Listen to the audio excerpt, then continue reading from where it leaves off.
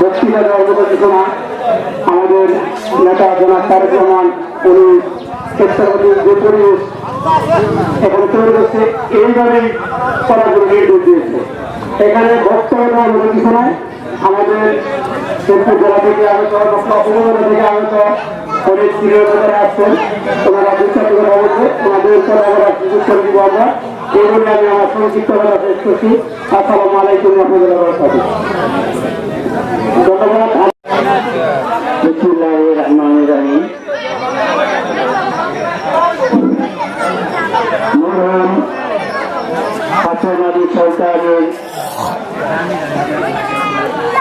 দৌহিত্র মরহুম আব্দুল জলিল মাস্টার সাহেবের সুযোগ্য পুত্র, বাংলাদেশ জাতীয়তাবাদী ছাত্রদলের সকল ছাত্র নেতা,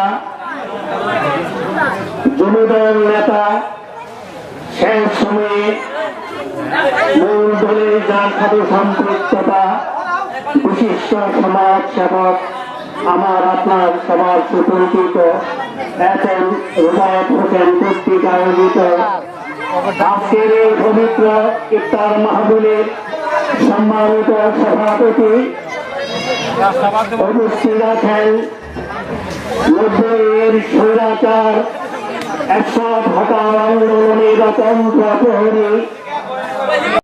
বক্তব্য দীর্ঘায়িত করার সুযোগ নেই, যে বক্তব্য রাখবেন সকল বক্তব্যে আপনার কথা বলবেন। যাই হোক, এই পর্যায়ে বক্তব্য রাখার জন্য বিশ্বজোড়া আহ্বান জানাচ্ছে নৌকা উপজেলা জিয়া মঞ্চের বিপ্লবী সাধারণ সম্পাদক সচিব বড় জনাব রেজাউল হক ভাইকে তার মূল্যবান বক্তব্য রাখার জন্য বিশ্বজোড়া আহ্বান জানাচ্ছে।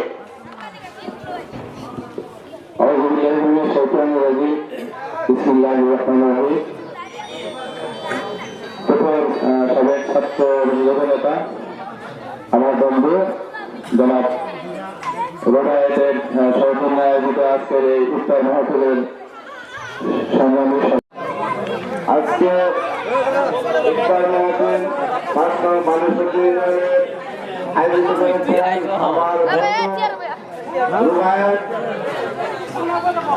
রুবায়েতের এখানে মানুষের দীর্ঘ 17-18 বছর আগে রুবায়েতের সাথে আমার নির্বাচনে একটা প্রতিদ্বন্দ্বী হয় 2009 সালে। ভাইস চেয়ারম্যান নির্বাচন করতে চেয়েছিল, তখন আমিও ছিলাম, আমার আরেক বন্ধু এখন আছে মালিকও চেয়েছিল ভাইস চেয়ারম্যান নির্বাচন করতে। কেশব হয়েছিল, আরো অনেকে আমরা দৌড় তুলে কিন্তু ভাইস চেয়ারম্যান নির্বাচনের প্রতিদ্বন্দ্বী প্রার্থী ছিলাম। যাই হোক, দিন শেষে আমার এক বড় তখন আমার সকলে মিলে তাকে নির্বাচন করেছে। সেই থেকে আমরা একসাথে রাজনীতির সাথে দীর্ঘদিন মাঠে আছি। আপনারাও দেখেছেন এই দুর্দিনে যারা মাঠে ছিল তাদেরকে আপনারা স্মরণ করেন। আমি থানা কিছু নেতৃবৃন্দকে বলবো, আপনারা যারা 5 তারিখের পরে নেতৃবৃন্দ গেছেন তাদের নিয়ে মোলাকাত করছেন, আর আমাদের দুর্দিনের নেতাদেরকে আপনারা স্মরণ করেন নাই। আপনারা রাজনীতি করতে এসেছেন। আমার ব্যক্তিগত পক্ষ থেকে এবং আলোচনা সভায় সভাপতি আমার অত্যন্ত আদরের বিশ্বস্ত আমি রহমান আলীর পঞ্চায়েত অনুষ্ঠানের মানুষ দিলেন বিএনপি ভারপ্রাপ্ত সাধারণ সম্পাদক হাইজামান হাবিব ভাই এবং খন্দকার মাসুম ঢাকা থানা থেকে আগত বৃন্দ, তার অঙ্গ সংগঠনের নেতৃবৃন্দ এবং শেরপুর থেকে আগত শ্রমিকের প্রাণ শেরপুর জেলা যিনি বারবার নির্বাচিত হয়ে আসছেন বাংলাদেশ সড়ক পরিবহন শেরপুর জেলার 15 বিপ্লবী সাধারণ সম্পাদক হাবিবের জান্নাত মহিলা মাদ্রাসার প্রতিষ্ঠাতা আলাদ মদর জেলার মদর ভাই ও পঞ্চায়েত অনুষ্ঠিত হচ্ছেন ভাইস চেয়ারম্যান প্রার্থী ছিলেন যিনি হেলিকপ্টার মার্কা জাহান গোলাম মামুন। পঞ্চায়েত অনুষ্ঠিত হচ্ছেন থানা ইউনিয়নের নেতৃবৃন্দ এবং মঞ্চের সামনে আছে আমার অষ্টম মানুষ ইউনিয়নে প্রাণপ্রিয় ভোটার এবং কেন্দ্রীয় তরঙ্গ সংগঠন নেতা কর্মীবৃন্দ সকলের প্রতি আমার ব্যক্তিগত পক্ষ থেকে আন্তরিক সালাম ও মোবারকবাদ। আসসালামু আলাইকুম। আমি আসলে ঢাকায় আওয়ামী লীগ গভর্নমেন্ট করার পরে আমি ঢাকায় বেঁচেছিলাম। আমার আব্বা যেদিনকে মৃত্যুবরণ করে তারপরের দিন আমার বাড়ি কবিতালয় প্রশাসনে আরেক দারোগার নেতৃত্বে আমি এক সাথের বাড়িতে ছিলাম, গ্রেপ্তার হয়ে যায়। তারপর আমি আরেকবার জানতে পারি গ্রেপ্তার হলাম, মকনামুড়ে গ্রেপ্তার হলাম। 27 দিন শুক্রবারের সাথে আমি জেল কাটলাম। যেভাবে হোক আমার কর্তৃত্বে যে প্রকারে হোক আমি জামিনে শেরপুর থেকে আবার ঢাকা গেলাম। আমার বাম সাইডের পাড়া রড পাড়া কেন্দ্রীয় যুব দলের সভাপতি যিনি ছিলেন শফিকুল ইসলাম বিল্টন ভাই, তার সাথে আমি অত্যন্ত কাছের একটা সম্পর্ক ছিল। আমি পল্লবী থানা যুব দলের তথ্য গবেষণা বিষয়ক সম্পাদক ছিলাম। তার কারণে আমার পায়ে রড পড়ে, কিন্তু এই পাটা কিন্তু আমি ডান সাইডে পা কিন্তু খুব কষ্ট করে চলাফেরা করতে হয়। আমি এলাকার জনগণের থেকে অনেকদিন আসলে দূরে ছিলাম। তারপরে আসলাম, লোকজনে দিয়ে ভালোবাসছে। আমার বুদ্ধিবাসী আমাকে যে আশা ভালোবাসা দিচ্ছে, আমি তাদের কাছে চিরঋণী। আমার নিজের শরীরে রক্ত ঝরে তাদের ঋণ আমি শোধ করা না। অল্প দিনে আমার যে জনজোয়ার না, আমার যে ভালোবাসার জোয়ার দিচ্ছে, এটাতে আমি গর্বিত, আনন্দিত। আমি আমার এলাকাবাসীকে আমার আন্তরিকভাবে ধন্যবাদ জানাই। আমার এলাকার সর্বস্তরে ভোটার ভাই বোনদেরকে। আমি তারপরে মিল্টন ভাই বললাম, ভাই আপনি যারা এমপি নির্বাচন যেহেতু কেন্দ্রীয় যুবদল থেকে এমপি নির্বাচন আমি কি করবো, তাহলে তোমার দিয়ে আমার একটা জায়গা তৈরি করে দেবে, তাহলে কি ইউনিয়ন পরিষদ যেহেতু আমাদের ভাইস চেয়ারম্যান নির্বাচন তাদের পারমিশনে আমি এক রাখে 15,000 পুরস্কার করে নিয়ে এলাকা করছিলাম। নির্বাচন বিভিন্ন চাপ প্রশাসনিক চাপ, বিভিন্ন চাপে আমি নির্বাচন করতে পারি নাই। আমার ওভার হয়েছিল। আমি এই নির্বাচনে দেখা যায় যে আওয়ামী লীগের প্রার্থী বিগত বিএনপি সময় আওয়ামী লীগের সময় নির্বাচন করছে, আবার এখন বিএনপি নির্বাচন করবো, এটা তো চলে না। আমার বিএনপি যে কোনো লোক নির্বাচন করবে, আমি সার্বিকভাবে তার কাছে থাকবো। আর আমারও যদি মনে হয় আমি নির্বাচন করবো, আর কেউ যদি আওয়ামী লীগের লোক ভাবে যে আমার মাজা এত তো তাহলে ভুল করে না। আমি জানি আমার ইউনিয়নে যারা যারা নির্বাচনে প্রার্থী হোক আমি আমার দূর করতে দেবেন, আমি ভালো করে জানি।